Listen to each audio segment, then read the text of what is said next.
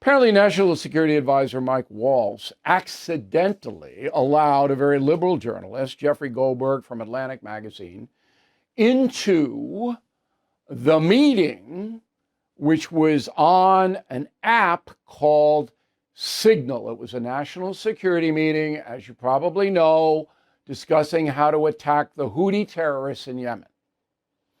So there were dials made, people got on the thread, and one of them was Jeffrey Goldberg, and nobody knew it because it was a mistake made by Waltz. Now, there are unanswered questions here. How did you have Jeffrey Goldberg's number?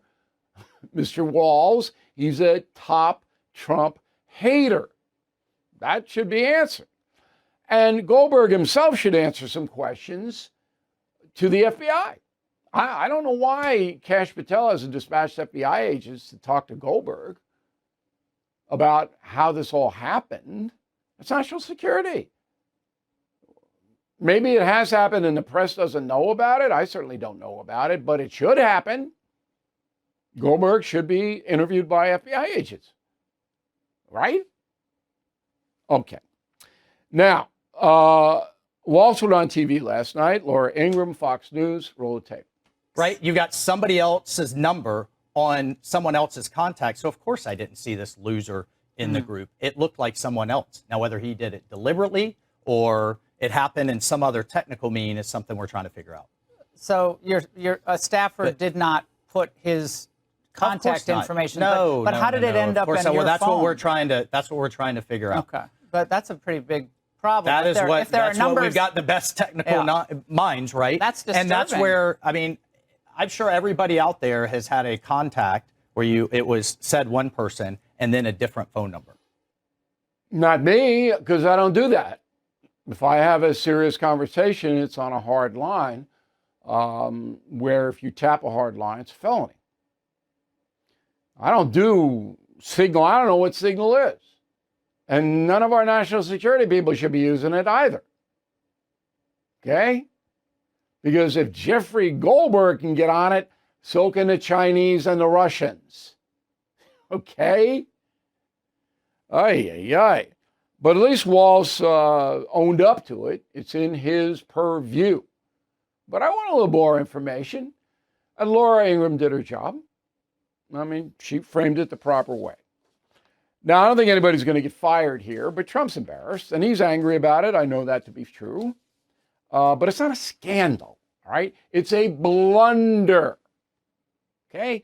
Scandal is far, far different, but not to the hate Trump media.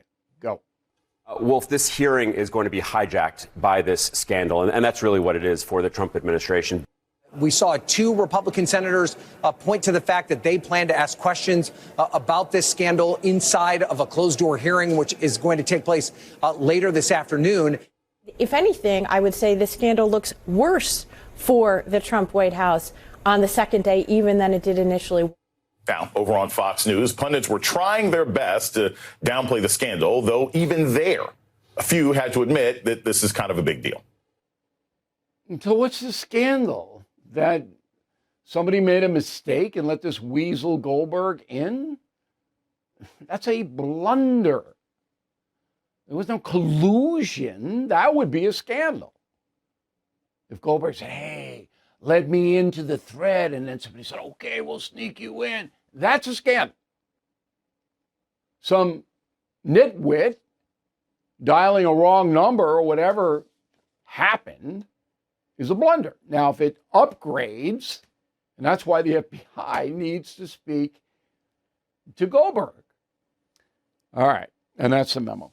Thank you for watching. Make sure you subscribe to my YouTube channel and follow me on X. Look for @Bill O'Reilly.